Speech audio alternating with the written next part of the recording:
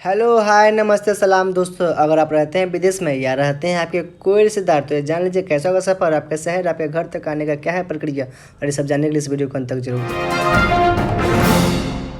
हमारे बीच है संजीव जी जो कि लॉकडाउन के अंतर्गत स्पेशल फ्लाइट इंटरनेशनल जर्नी कर आ चुके हैं। तो सर आपको यहाँ तक आने में क्या प्रोसीडिंग रही ये आपसे जानना चाहेंगे। नमस्कार दोस्तों, मैं कुवैत में था और जैसा कि आप सब जानते हैं अभी लॉकडाउन में इंटरनेशनल फ़्लाइट्स बंद हैं, पर कोविड-19 के अंतर्गत ही गवर्नमेंट ने कुछ इमरजेंसी फ़्लाइट्स चालू कराए हैं। और अगर आप इस बीच आना चाहते हैं तो सबसे पहले तो आपको ऑनलाइन रजिस्ट्रेशन करना होगा। फिर आपके लोकेशन के अकॉर्डिंग अगर फ़्लाइट जाने वाली होगी तो एक सप्ताह पहले एम्बेसी से आपको कन्फर्मेशन कॉल आएगा।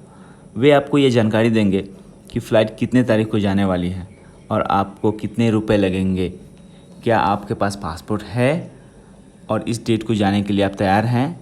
इस तरह एम्बेसी से अगर आप कंफर्म हो जाते हैं तो आपको फ़्लाइट डेट से एक दिन पहले एयर इंडिया, इंडिगो या फिर जो भी फ़्लाइट आपकी जाने वाली है वहाँ से एक कंफर्मेशन कॉल आएगा और तब आपके मेल में ई टिकट दिया जाएगा।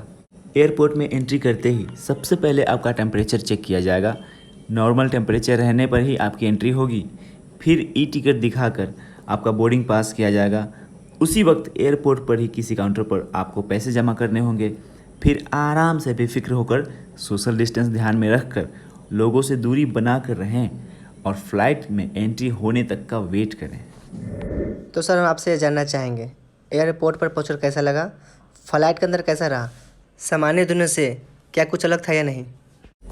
एयरपोर्ट पर मैं सेफ्टी प्रोटेक्शन के साथ गया था, like mask, hand gloves, goggles, full sleeve clothes, ये सारी चीज़ें मैंने वेयर की थी। अपना पासपोर्ट और ई टिकट मैंने संभाल कर रखा था। हाँ, वहाँ एयरपोर्ट पर बाहर की तरफ मैंने देखा 24/7 सैनिटाइज़र का छिड़काव होता रहता है। एयरपोर्ट पर फ्लाइट में एंट्री से पहले ही हमें एक फेस प्रोटेक्टर प्रोवाइड किया गया था ताकि इसे यूज़ कर हम सेफ़ रहें। अगर हमारे आसपास कोई छींकता या खांसता भी है तो उसके जम्स हमारी इंद्रियों तक बिल्कुल ही नहीं पहुंच सकती हैं। और साथ ही साथ हमें कुछ सैनिटाइज़र के पाउच भी दिए गए थे जिससे हमारी जर्नी सेफ़ हो। आप देख सकते हैं किस तरह से लोग यहाँ डिस्टेंस में बैठे हैं और फ्लाइट में एंट्री के लिए कतार में खड़े भी हैं। अब हम फ्लाइट के अंदर बैठ चुके हैं और ये जो खाने की चीज़ें आप देख रहे हैं ये हमें ब्रंच और डिनर के लिए हमारी सीट पर पहले से ही रख दी गई थी।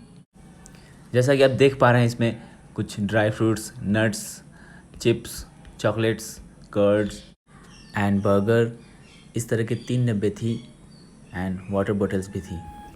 अब हमारी फ़्लाइट उड़ान भर चुकी है। हमने अपनी अपनी कुर्सी की पेटी भी बांध ली है।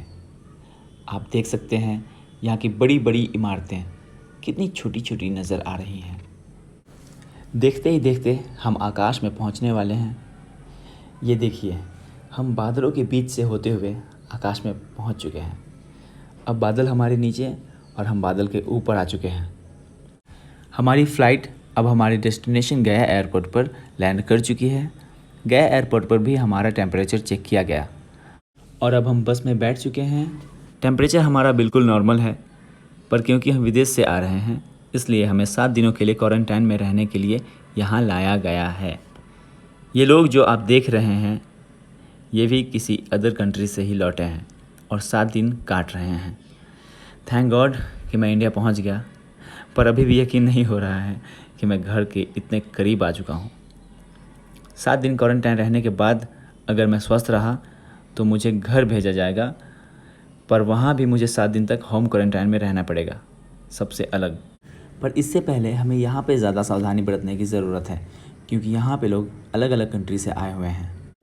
7 दिनों तक क्वारंटाइन रहने के बाद जब आप होम क्वारंटाइन के लिए रिलीज हुए आपको प्रूफ के तौर पर कुछ मिला जिससे यह साबित हो सके कि आप स्वस्थ हैं और आप क्वारंटाइन के 7 दिन काट चुके हैं। हाँ, मुझे प्रमाण के तौर पर एक कागज़ दिया गया जिससे यह पता चले कि मैं 7 दिन क्वारंटाइन रहकर भी स्वस्थ हूँ और अब मैं घर पर भी 7 दिन और अकेला रह लूँ। कोरोना वायरस का खौफ पूरी दुनिया में फैला है, तो आप बताइए जहाँ आप थे वहाँ का क्या कंडीशन है। वेरी बैड, बहुत ही बुरा। कई लोगों को ये एहसास हो रहा है कि पैसा ही सब कुछ नहीं है।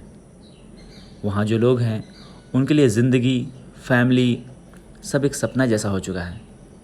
सेम कंडीशन वहाँ के सारे लोगों की है। जो लोग अभी तक विदेश से लौटे नहीं हैं। हमारे इंडियन भाई लोग क्या सेफ है वहाँ? हाँ, लोग खुद से ज़्यादा सेफ रहने की कोशिश कर रहे हैं, पर उसमें भी कई लोग ऐसे हैं जो सिर्फ मास्क लगाकर खुद को सुपरमैन समझ बैठे हैं। और मोस्टली लोग फीवर से जूझ रहे हैं। वहाँ रेसिडेंशियल कैंप एरिया में कहीं पर भी ना तो बाथरूम में, ना ही कूलर के पास, कहीं पे भी ना तो हैंड वॉश है, ना तो सैनिटाइज़र। बस लोगों को सिर्फ काम कराने से मतलब है, किसी को किसी की जान से कोई मतलब नहीं। हम ये जानना चाहेंगे कुवैत जाकर आपको कैसा लगा? शुरुआत में तो बहुत अच्छा लगा। नया नया जगह, नए नए लोग, बड़ी बड़ी इमारतें, लंबी लंबी गाड़ियाँ। लेकिन जैसे जैसे समय बीतता गया वैसे मैं अपने फैमिली को, अपने फ्रेंड्स को बहुत मिस करने लगा। और वहाँ का वेदर, उसका तो कोई जवाब ही नहीं। गर्मी में एकदम 52 डिग्री टेम्परेचर, और ठंडी के दिन में एकदम माइनस में, और बारिश में तो एकदम पत्थरों की बारिश होती थी। ये सबसे मेरा दिल ऊब सा गया। मैं इंडिया को, अपने घर को बहुत मिस करने लगा। और जब से ये कोरोना का कहर आया तब से तो पूछे ही मत, घर तक सेफली जाना एक सपना सा हो गया था। अभी भी लगता है जैसे कहीं सपना तो नहीं देख रहा, बट थैंक गॉड कि घर तक पहुंच गया। जैसा कि हम जानते हैं कई देशों का आगे कुवैत है, इतनी दूर जाने की कोई वजह?